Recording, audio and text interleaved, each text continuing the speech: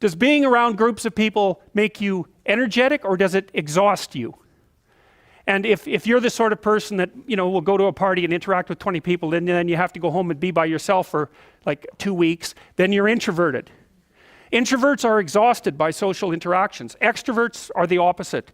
They're energized by social interactions. And you know, you might be in the middle, so that you can take it or leave it with regards to social interactions, but you're happy to go to them and you're happy to spend time by yourself. But a real extrovert, there'll be some of you in here. How many of you can't stand spending time alone? Okay, so there's only 2 that will admit it. Extroverts are more likely to admit that sort of thing too, by the way. And how many of you like to spend time alone or would rather be alone? Okay, so there's a preponderance of introverts in this class, as by all appearances. But that's a pretty canonical question for extroversion versus introversion. It's a very stable trait, by the way. It manifests itself early in life, and it's stable across the age span. Not completely. Introverts can learn to be extroverted. The extroverts can learn to spend time on their own. I think that actually your capacity to expand your ability past the initial constraints of your biological temperament is something like the development of character or wisdom. You know, so if you're an introvert by nature and you learn how to be extroverted, then that expands your domain of competence. And if you're extroverted and you learn to be introverted, the same thing. But it's almost like, imagine a distribution of introversion here, extroversion here, a normal distribution. You're set when you're young at somewhere along that distribution with some range around it. And I think what you do as you mature, if you develop your skills, is you expand that range, but you're set, the place at which you're set doesn't move that much. So, okay, so you can think about them as sub-personalities. You can think about them as frames of reference. So frame of reference would be something like, well, since you're extroverted, you value being with people. And so you're going to look at the world. For example, if you're extroverted, you come into a room like this, you think, oh, look, it's a whole field of opportunity for social interactions. And if you're introverted, you think, well, maybe I'll go sit up in the corner and hope everybody leaves me the hell alone. Well, I can tell you a couple of things that are very practical. Don't write in your essays what you think the professor wants to hear. There's absolutely no excuse whatsoever for doing that. Now, first of all, most professors, even those who have descended into a state of ideological possession, let's say, most of them still have enough character to grade an essay that's well written properly. So you're actually taking less of a risk than you would think by stating what you have to state. But look, if you start practicing when you're in university, when the stakes are rather low, pandering to the audience, let's say, and saying what you think will get you by, you're going to train yourself to do that. And what that means is you're going to train yourself in the falsification of your character. And your character is the only thing you have to guide you through life. You know, people dream of riches and they dream of luxury and all of that, but that's a thin defense against the harsh realities of the world. You have your character. And so what you do when you go to university is you learn to say what you think as clearly as you can, and to take the slings and arrows that come along with that. Not in an arrogant manner, right? Because like, what the hell do you know? You know, so you've got plenty to learn, but you want to formulate your thoughts carefully. You want to write what you think. Well, why? Because when you're writing, you're thinking. You're laying out the arguments that you're going to use to structure your existence in the world throughout your entire life. And if you start to twist and bend those for expedient reasons, you're going to warp your soul. And I mean, I could talk about that neurophysiologically if you want to. You know, you become what you practice. You automate what you practice. So if you automate expedient speech for the sake of short-term gain, then that's what you're going to produce. You're going to produce expedient speech for short-term gain. Well, God help you if you do that. Like, there is nothing that you will possibly do in your entire life that will serve you better than to get control of your voice in university. And obviously you do that by reading, right? You read great people. You do that by writing what you think. You stay true to yourself while you write what you think, and you take the risks and you gain the benefits that go along with that. You learn to stand up and speak and to listen carefully. And that makes you a negotiator of unparalleled power. And if you're a negotiator of unparalleled power, there's nothing in the world that won't open itself up to you. So that's what you're doing in university. And if you find professors who reject that, and there's fewer of them than you might think, then it's your sacred obligation to stand up for yourself against that. Because it's going to happen to you throughout your whole life, and you might as well start practicing how to do it right now. It's like, I really do believe that this is a fundamental issue. As a therapist, say, when I'm trying to help someone set their life straight, I do my best not to compel their speech. And the reason for that is quite clear. It's like, you have your destiny with all its attendant triumphs and sufferings, and it's on your shoulders. I don't want to tell you how to think. I don't want to tell you how to think because I do not know how you should think. You have to figure that out for yourself. And then you have to bear the responsibility for that. And you're a terribly arrogant fool if you dare to tell someone else how it is that they should conduct themselves through life. Now, I mean, having said that, well, obviously I say, well, you should tell the truth, or at least you shouldn't lie. But that's not a dictate of action, so to speak. It's a dictate of process. It's like, well, you shouldn't interfere with the mechanism that allows you to solve all the problems that you will face in your life. And you come to university maybe to prepare for a profession, you know, and to set yourself up economically. But to set yourself up economically properly, I don't care what your profession is going to be. There is no one who is more powerful than someone who can communicate. It doesn't matter what the field. It doesn't matter if you're a plumber or a politician.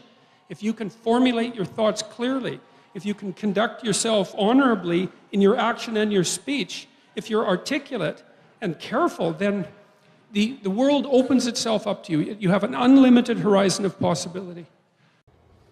Traditional Chinese doctors go into people's houses to diagnose why it is that someone in that house is suffering. And they walk in and they think, there's too much order here.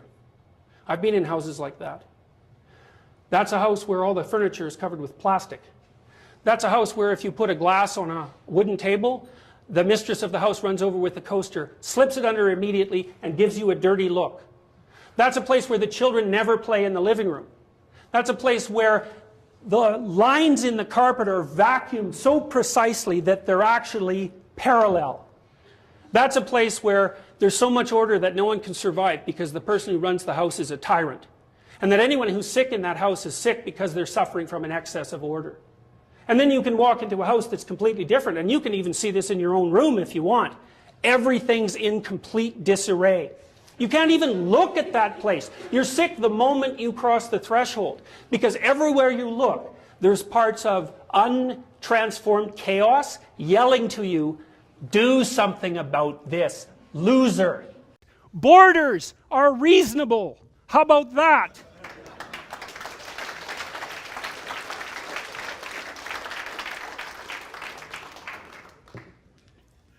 The law is the border that stops someone from stealing your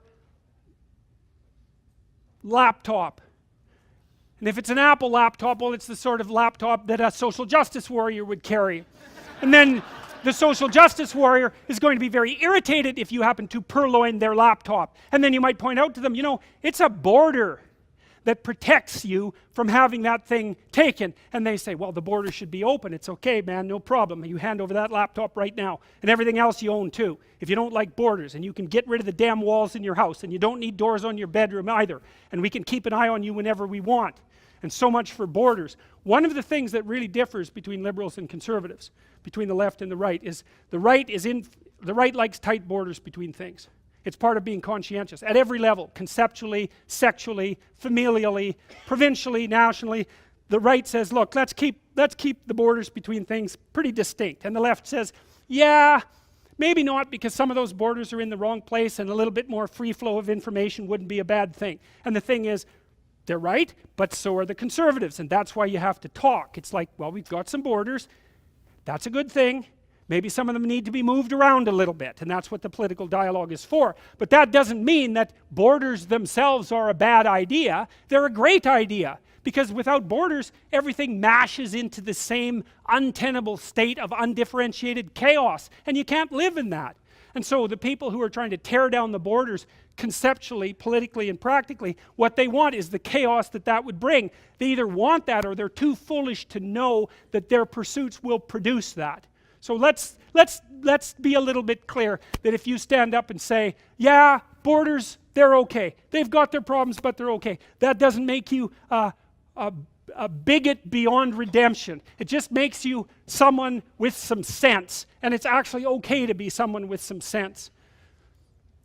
Limits on immigration are also reasonable. Well, we need to figure out what those limits are, and that's what the bloody political dialogue is for. But the fact that it should be limited to some degree is also reasonable. Otherwise, why not just open the borders and let everybody come in? Well, the reason you don't do that is because a complex system cannot tolerate extensive transformation over too short a period of time. Now, you want immigrants to come in, especially if they're the sorts of immigrants who are likely to contribute properly to the success of your polity, and lots of immigrants do that. I mean, I think the vast majority, for example, of entrepreneurs in the United States come from the Indian subcontinent. So great, you know, bring them over. They're highly educated, they're extraordinarily productive, they make lots of new businesses, and then they pump money like mad back into India. Good deal. But that doesn't mean that we have our arms are open to everyone immigration policy, because it's complete rubbish. All that means is you're not thinking about it. So, and here's a coda to that for conservatives. Here's something. I've been thinking about this a lot lately. It should not be assumed that citizens of societies that have not evolved functional individual rights predicated polities will hold values in keeping with such polities. So we could say, look, there are a lot of countries in the world that are not governed well. The vast majority of them, right? And they've been not governed well forever. And to me, that means that there's something wrong with the values that are held collectively by the people who've established those polities. Well, you shouldn't be naive and assume that merely because you move them to a new country, they're going to let their innate democratic longings flourish. It doesn't work that way. One of the things that's quite interesting about the Gulag camps, and this is something that's very relevant to understanding of modern Russia, is that so ordinary criminals were put into the camps, and so were political prisoners. But the ordinary criminals, and so those would be rapists and murderers, let's say, as well as thieves who were engaged in theft as an occupation, those were regarded by the Soviets as socially friendly elements. And the reason for that was that they assumed that the reason that these people had turned to crime was because of the oppressive nature of the previous czarist/capitalist system, and that the only reason that these criminals existed was because they had been oppressed. They were oppressed victims of that system. And so one of the convenient consequences of that absolutely insane doctrine was that the Soviets put the ordinary criminals in charge of the camps.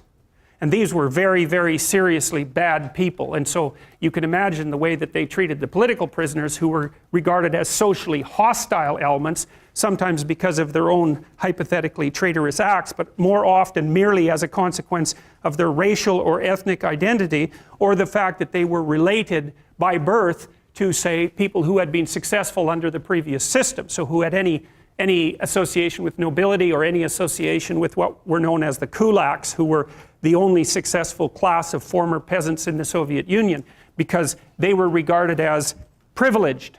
You may have heard that word more recently. They were regarded as privileged and therefore as enemies of the state, and it didn't matter if it was your father or your grandfather or your great-grandfather who happened to be privileged, but the mere fact that you were a member of that group was sufficient reason to put you into a camp. And we're talking hundreds of thousands or perhaps millions of people who underwent that fate. And so the idea in the Soviet Union was, just because you were the member of a class, even as a consequence of your familial association, you were immediately sufficiently guilty to be put into a camp and punished. And the terms for the camps were often 10 years, 15 years long. And if you were very fortunate, you got to have 2 or 3 of those. So the Soviets really implemented and perfected the idea of class and ethnicity-based guilt. And it's a very bad road to walk down, and it's something that we're very much engaged in at the moment, because there's discussion everywhere in North America now about the idea of, well, race-predicated guilt, for example, and ethnic-predicated guilt. And it's a very bad idea to classify an entire group of people as guilty of anything based on their group membership. So these sorts of things are things we haven't yet learned, and certainly should have. The fundamental assumptions of Western civilization are valid. How about that? You know, it's not... You think it's an accident? Oh, here's how you find out, okay? Which countries do people want to move away from? Hey, not ours. Which countries do people want to move to? Ours. Guess what? They work better. And it's not because we went around the world stealing everything we could get our hands on. It's because we got certain fundamental assumptions right.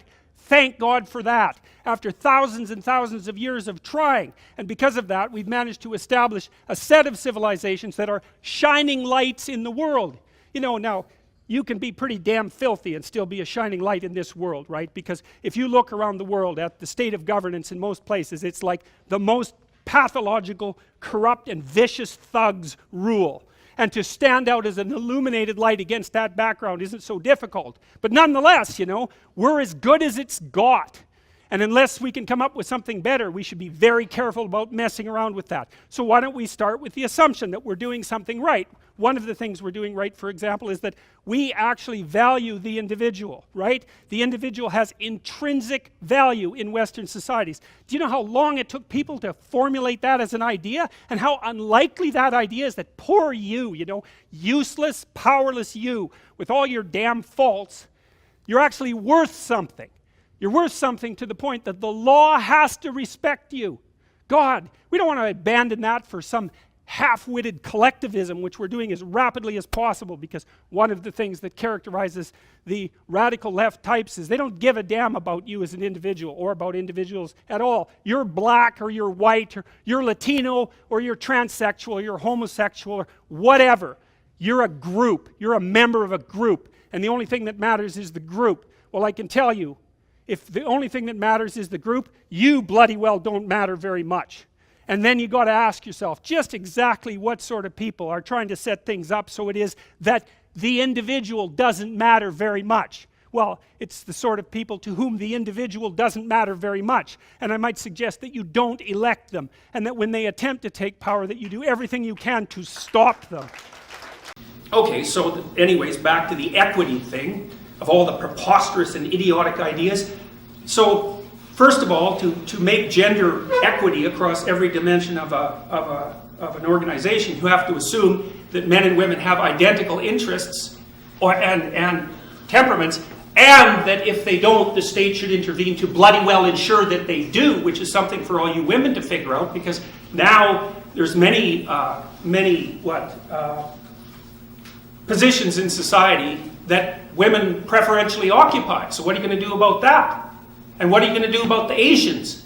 Because they occupy preferential positions as well. You know, they're overrepresented in all sorts of professional institutions. And the probability is that that's going to increase. What are you going to do about that? What about the Jews? What are you going to do about them? Because they're in the same position as the Asians. You're going to put quotas on all those people? What kind of stupidity is that? And then it's worse too, because let's say you equalize women, and just for the sake of argument, across all these different dimensions of society. Well, then what are you going to do? Are you going to equalize for black women and Latino women and Asian women? Are you going to subtype black women? Because it's not like they're all the same. Are you going to ensure that women from lower classes are represented just as much as women from upper classes? And how many generations back are you going to go to check that? What about intelligence? What about attractiveness? How about height? How about weight? So the problem with the fractionation by group identity is that it's endless. There's no way of ensuring equality across groups because there's an infinite number of groups. You can fragment group identity all the way down to the level of the individual, which is exactly what you should do, which is what we already did in the West. We figured, well, the ultimate diverse population is a population of individuals, so you let the individuals sort it out. No, we're going to replace that with group. Well, what that means for the bloody social activists is that they'll be able to play this game forever because you can continually fractionate group identity ad nauseum, and so the system will never be equal. And you can bloody well be sure that as we implement social policy to make sure that all outcomes are equal, that the amount of space that you personally are going to have to maneuver in is going to shrink and shrink and shrink and shrink. We've already seen that happen in many societies. You'd think we would learn from the 20th century. The snake in the Garden of Eden is a really interesting character. Human beings and their closest biological relative, chimpanzees, are innately afraid of and attracted to reptiles. They automatically trigger off responses in a part of the brain called the amygdala that's associated with anxiety. And I think the evolutionary reason for this is that mammals and reptiles have been at war, in a sense, over ecological turf for something between 60 million and 200 million years. Reptilian features, which are cold-blooded, piercing-eyed, toothed, lurking, nocturnal, out there, out in the unknown, out where chaos is. The snake is representative of the unknown, in a sense, and it's an ambivalent feature, and you see that even in its use in mythology, because, for example, the dragon in Western culture is a negative feature, but in Chinese culture it's a positive feature. And so the unknown is like that, it's positive and negative. The snake in the Garden of Eden is representative of all those things that lurk when you think you know what you're doing. And when you think you know what you're doing, you've carved out this little Eden, this little paradise in which you're operating. But there's always something that's lurking, and that's all the things you're not paying attention to. Well, that's the snake. And when that snake pops up, we're wired. If a little snake pops out, we might want to run away from it. But like, we're curious about that. We're going to go over there and investigate it right away. Now, when chimps come across a python in the forest, they have a specific cry. It's called a snake rah. And the chimps who don't like snakes, they don't run from it. They back off, and then they watch the thing. They cannot tear their eyes away from it. And some of them will stand there and look at it for 10 minutes. Other individuals will stand there for hours watching the snake. The unknown is fascinating. We can't look away from it. We have to encounter it, even if it's terrifying. It's partly why, teenagers like horror movies. They're driven to look at the snake. They're driven to interact with the snake. In Genesis, of course, interacting with the snake means the end of paradise, just like it does in life. There are ideas that the serpent in the Garden of Eden was Satan and trying to destroy God's handiwork.